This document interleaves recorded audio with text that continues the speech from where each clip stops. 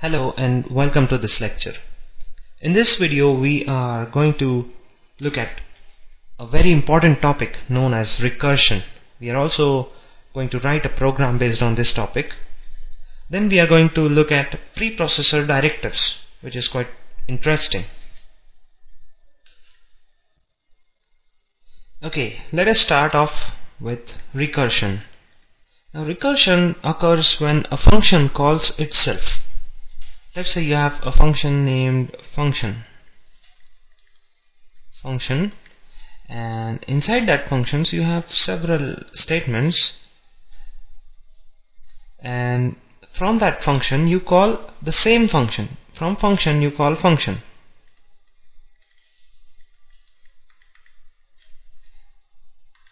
Okay, and you have several other statements. Now what happens is when the control executes this function, it goes on executing the statements and it encounters a function call, and this function call is from the same function. The function is calling itself. So what happens is that the control jumps from here to here. Again it executes the same function. Now these are not executed. Now what is this is nothing but a function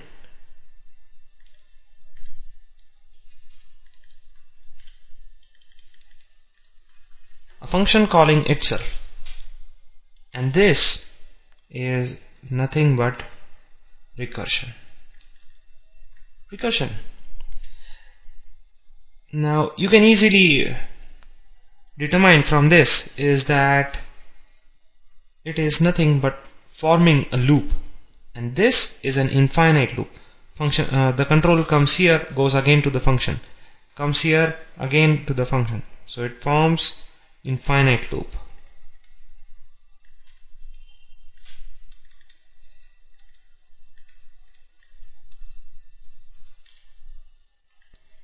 Now to understand more about recursion, let us consider a factorial program. What we'll do is try to calculate the factorial of a number. You know how to define a factorial, right? Let's say we have to store the factorial in the variable f, right? And let's say we have to calculate the factorial of 10. Now how to calculate the factorial of 10, everyone knows. 10 into 9 into 8 into 7 into 6 into 5 and so on until 1, right? Now let's see how do we go about calculating a factorial. So 10 factorial is nothing but 10 into 9 factorial, right? 10 into 9 factorial. 9 factorial goes on with 9 into 8 factorial, right? Similarly 8 factorial goes on with 8 into 7 factorial, and 7 factorial goes on with 7 into 6 factorial, and 6 again and again and again, right? The same procedure is followed. The cascading feature follows hereafter. And if you look carefully, this 9 is nothing but 10 minus 1, right? This 8 is nothing but 9 minus 1. This 9 minus 1. 7 is nothing but 8 minus 1, right? 6 is 7 minus 1.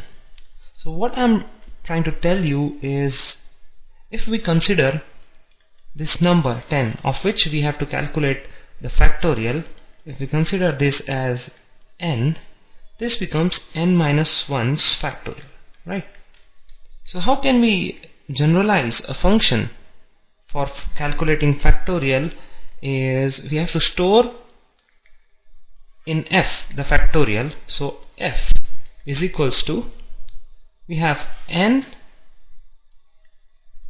into, the next comes is n minus 1 factorial. So factorial of n minus 1. So this is nothing but quite a formula to calculate the factorial of any number. Now let us write a function named factorial. Now this function named factorial is going to return an integer, so int, you can write it above, so int factorial is the name of a function, and it will accept n, right? We have to calculate the factorial of n, so it will accept n. Okay, now what we have inside is the body of a function. Let's write the body of a function. We have this formula ready. F is equal to n into factorial of n minus 1. So first write the return statement, right? It will return n. It will return factorial f. Return f. Right.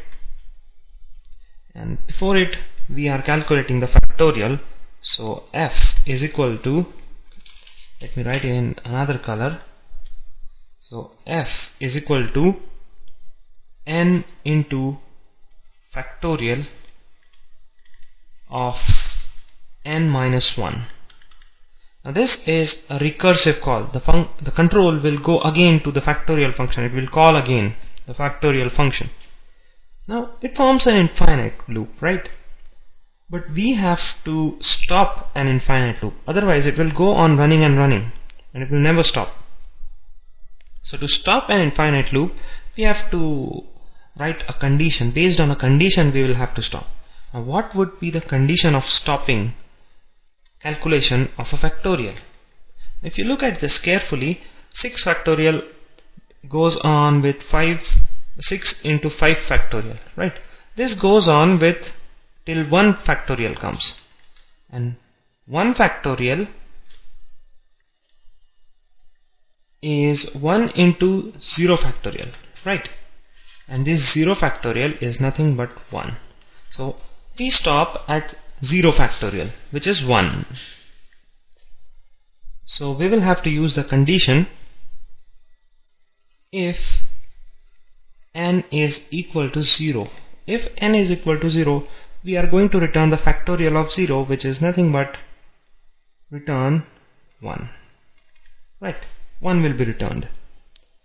Else, if it is not 0, then we calculate the factorial based on this method. So ultimately, our loop is going to stop here, and it will come out of this infinite loop from this point, return 1. Let us write this program in a compiler. I've written this already for you. We have the factorial function, which accepts an integer and returns an integer, returns the factorial of a number and accepts the number whose factorial is to be calculated. And rest is simple. What we have written already here, we have written the same here. We have just added a variable int f. We have declared it, and f is equal to n into factorial of n minus 1. If n is equal to 0, we are going to return 1. Now let us write the main function so that our program is capable of running. This time we are not going to take any input from the user, so let's declare a variable fact in which we are going to store the factorial of a number. Now fact is equal to, let's say we have to calculate the factorial of a number 3, right, for simplicity purposes, and we print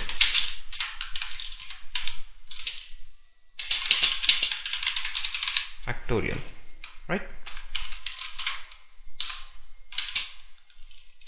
Percent is the factorial. In place of percent, we are going to print the factorial variable's value, fact.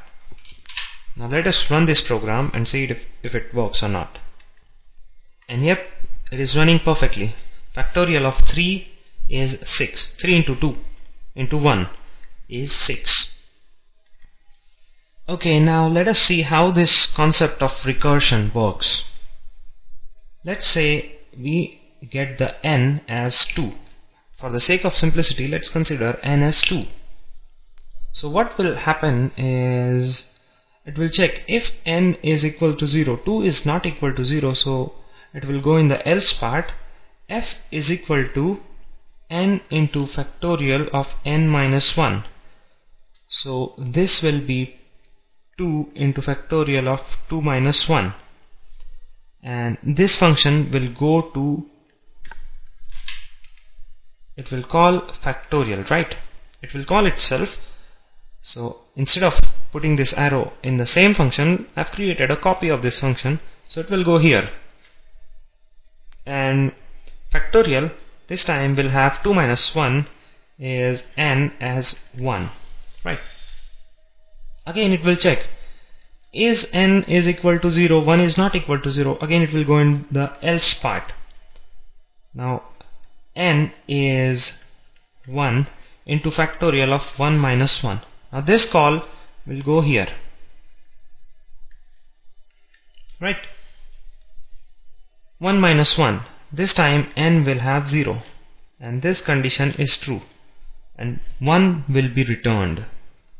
Now where will this return? Will this return to the main function, or will this return to the calling function? So the calling function here is this factorial, so this will return to this function, right? Let's say this has returned to this. So what it has returned is 1. So 1 into 1, this factorial's value is 1. 1 into 1, f becomes 1, and this return will return to this function. Now what will this return? F's value is 1, so this becomes, the factorial of 2 minus 1 becomes 1. So 2 into 1 is the factorial which gets stored in f. This f is 1. Now where this will return is to main. Now remember that whenever a function call is made, the control returns to the calling function.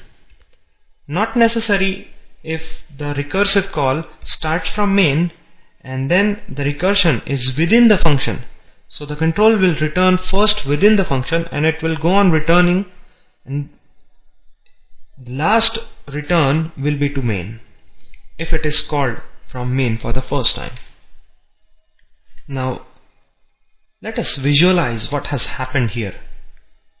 What we had is to calculate the factorial of 2. Now factorial of 2 was nothing but 2 into factorial of 2 minus 1, which is 1, right? And this factorial was nothing but 1 into factorial of 0, right? We had this thing. Now let us solve this. Factorial of 0 was nothing but 1. This was 1. So we got the output as 1 into 1 as 1. Now this gets returned here. Now factorial of 1 we got here as 1, right? 2 into 1 is nothing but 2. Factorial of 2 is nothing but 2. So this way recursion work if we take the example of calculating the factorial of a number. Similarly it works with other examples too. I hope you have understood the concept of recursion very clearly, because this is very important. If you have not understood, please replay this video again. Let us now jump to another important topic, preprocessor directives. Now preprocessor directive, preprocessor as the name suggests is processing beforehand, before processing, that is preprocessor, and directive is nothing but a command. Now we have been using preprocessor directive since we wrote our first program. We have been using this directive, #include. Now one thing to remember is that preprocessor directive always start with hash. Now include does nothing but it pastes the contents of header file wherever the preprocessor finds #include. Now preprocessor directives are used to pre-process our program, to expand our source code. Right? There are three types of preprocessor directives. One is macro expansion. Second is file inclusion. And the third one is nothing but conditional compilation. Conditional compilation. So the preprocessor expands wherever it finds the preprocessor directive. It expands this directive into some form of code. Right? So to understand the preprocessor or the preprocessor directives, one must need to understand the compilation process.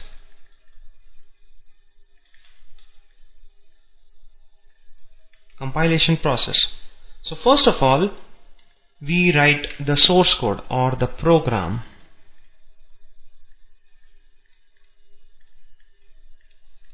Right, the program. This program, the very first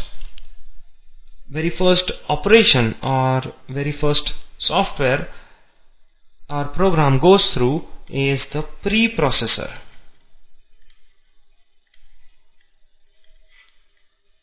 Please notice that I am drawing system programs, or the programs which process our software, our source code, are drawn in blocks. Right? Now the preprocessor outputs something called as the expanded source code.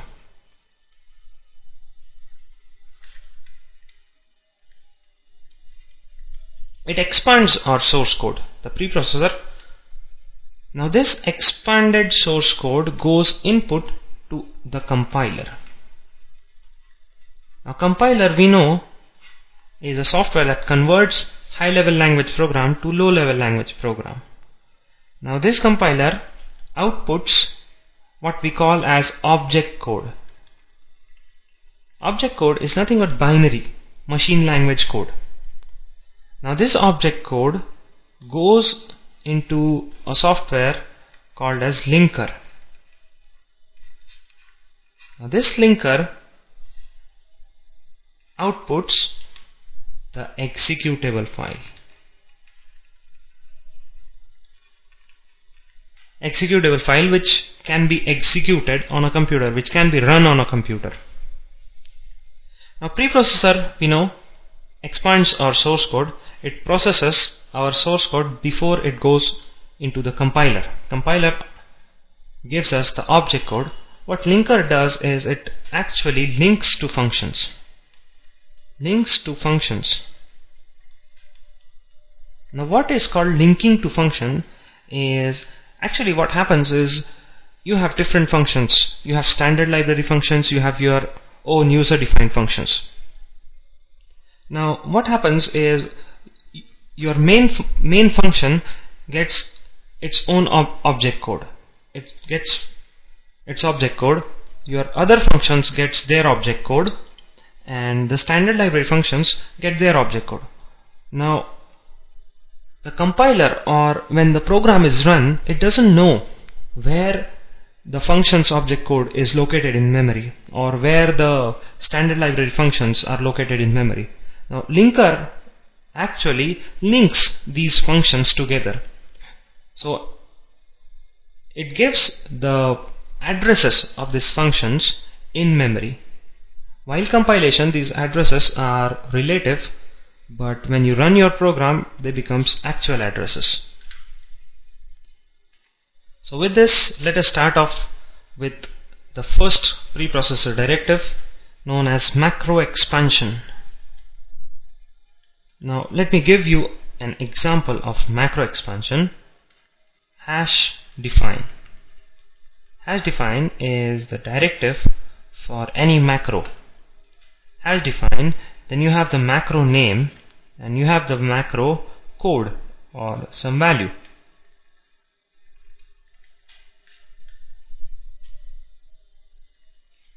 Now this, what we have written, is called a macro. hash define pi 3.1415. Now it is quite intuitive, right? It says that define pi this value 3.14, I'm sorry. Now what the preprocessor does when it scans your source code before it goes to the compiler, the preprocessor scans your source code.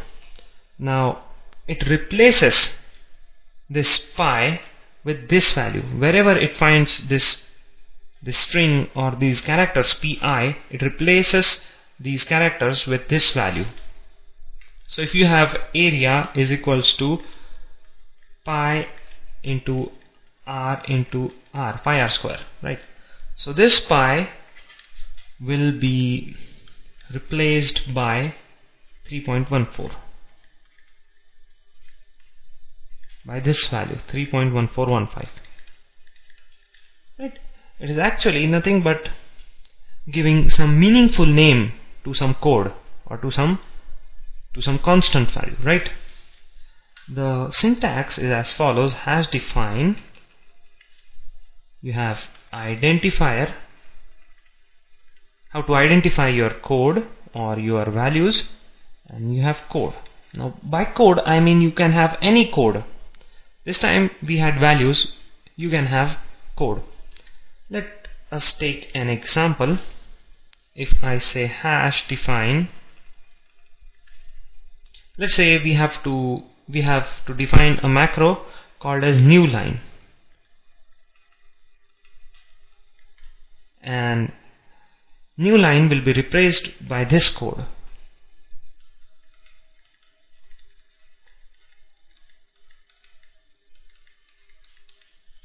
So this new line, wherever the compiler finds, wherever the preprocessor actually finds new line, it replaces new line with printf. So if you have a function main and you have to print something, printf hello, and then you say new line, and you say another printf, right? You can have anything here. Now what the output will be, the expanded source code will be printf hello, and this will be replaced by printf \n. So it actually replaces your identifier with your code, right? So we have defined a macro. There is also something called as undefining a macro. If you have defined hash defined pi as 3.1415, you can undefine it like this: hash undef pi. So value of pi will be undefined. Now it will not hold the value or the code 3.1415. One more point is to be noted is that macros can have arguments. There are also macros which accept arguments like we have in functions.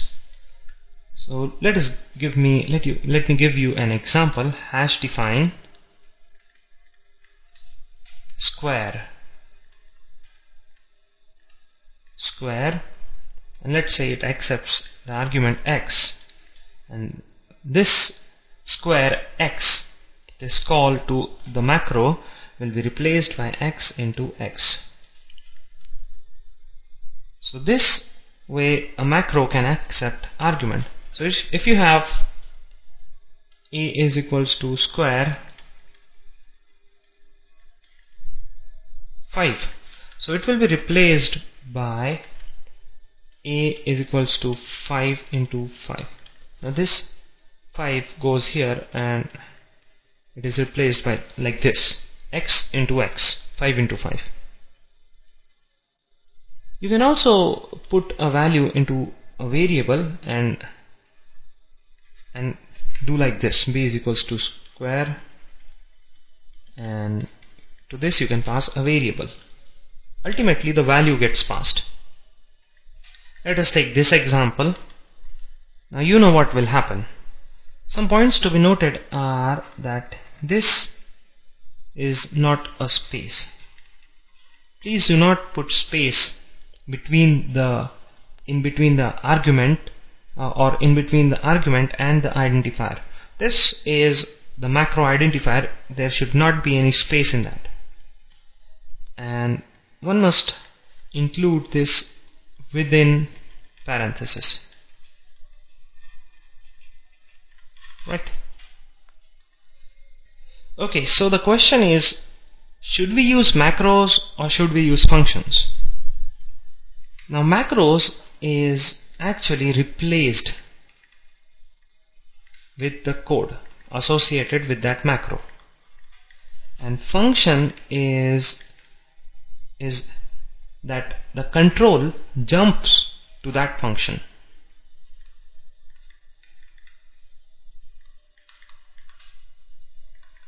Now the judgment lies to you.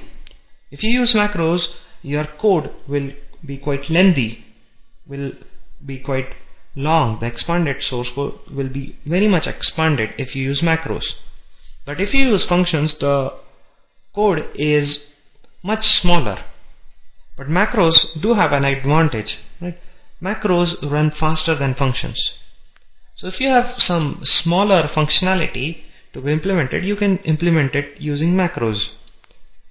Functions are used if you want some robust functionality, right? So it's up to you if you use macros or functions. Functions are more flexible than macros. You can have so much functionality to be embedded into functions rather than macros. So for small petty tasks you use macros, for complex tasks use functions. So let us jump to our second type of preprocessor directives, file inclusion. Let me write the syntax of this file inclusion directive. We have used file inclusion directive throughout this series. So this is the syntax of file inclusion directive. We have used #include stdio.h. You can also include other files. So if you use what actually the file inclusion does, #include directive does, is it copies the contents of the file which you include into the place where this directive is written. So in place of #include file name, you have the contents of this file, right? So there are two ways of including a file. Now if you include a file like this, #include file name within angle brackets, so it searches the include directory. Include directory for this file. Now include directory is a special folder in the compiler where all the standard header files are stored. Now if you want to include a user defined or a custom header file or a custom file, you can use like this, #include file name within double quotes. Now what it does is it searches the local directory and the include directory. So local directory is where your source file is located. So if it's in the directory of the source file, you have to use this #include file name within double quotes. If you have your file to be included in the include directory, use this. But remember this also, if you use double quotes, it also searches in the include directory too. So let us talk about the third type of preprocessor directive, conditional compilation. Now what conditional compilation offers is it controls the compilation of the program. Controls compilation of program. You can specify which parts of the program to be compiled and which parts not to be compiled. Of course, based on some conditions, right? So let me write the conditional compilation directive here. There are actually three types of conditional compilation directives. So the first one is Let me write the whole thing here. Suppose you have to compile your program based on a condition whether Intel is defined or not. So actually you have two types of codes, one for the Intel computer, another for the Power computer. So if you want to compile your program for Intel computer, suppose, then what you do is you just define Intel.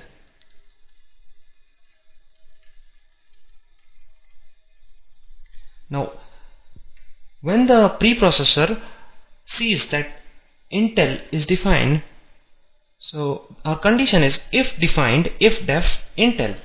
So this is true that Intel is defined, so this code will be executed and this will not be executed. By execution I mean this will be compiled. This code will not be compiled. So what we have at the end is the expanded source code for the Intel PC, not for the Power PC. If you don't define Intel, if you have not defined Intel, this means that the code for Power PC will be expanded. This will be deleted in the expanded source code. The counterpart or the opposite part of this if def is if ndef, if not defined. So hash if not defined, if ndef Intel. Let's say we are writing the same code, the contrapositive code for Power hash else. That means if Intel is defined, so code for Intel, and we ndef. Now if ndef hash ndef, these hashes specify that these are preprocessor directives, right? So n means not. If not defined Intel, so if Intel is not defined, the code for Power PC will be expanded. So these directives are based on if something is defined, or something is not defined. So we have to use the hash define directive also. There is another conditional compilation directive which does not depends upon something is defined or not. It is like this, hash if. It is just based on any condition, right? So hash if we have, let's say we have three types of codes: a code for a mouse, a code for joystick, and code for other devices. So we can have like this: if device is equals to mouse. So if device is equal to mouse, we can have the code for mouse here.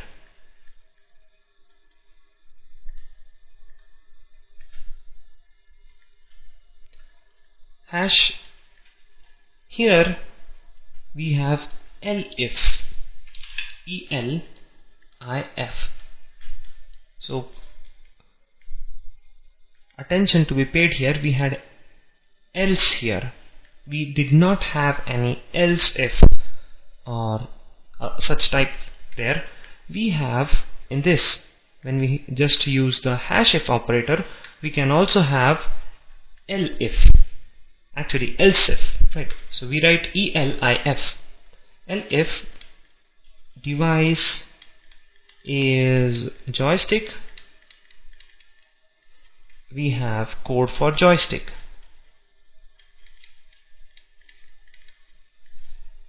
Now else, hash else, code for other devices, and then we have to ndef. Here we do not use the braces, we have to end every single if.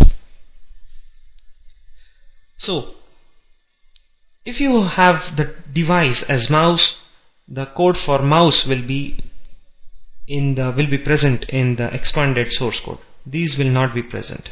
Other codes will not be present. Same is the case if the device is joystick. The code for joystick will be expanded, others will not be there. So this is how you compile or you expand your code conditionally. So we had three types of preprocessor directives: macro, file inclusion, and conditional compilation.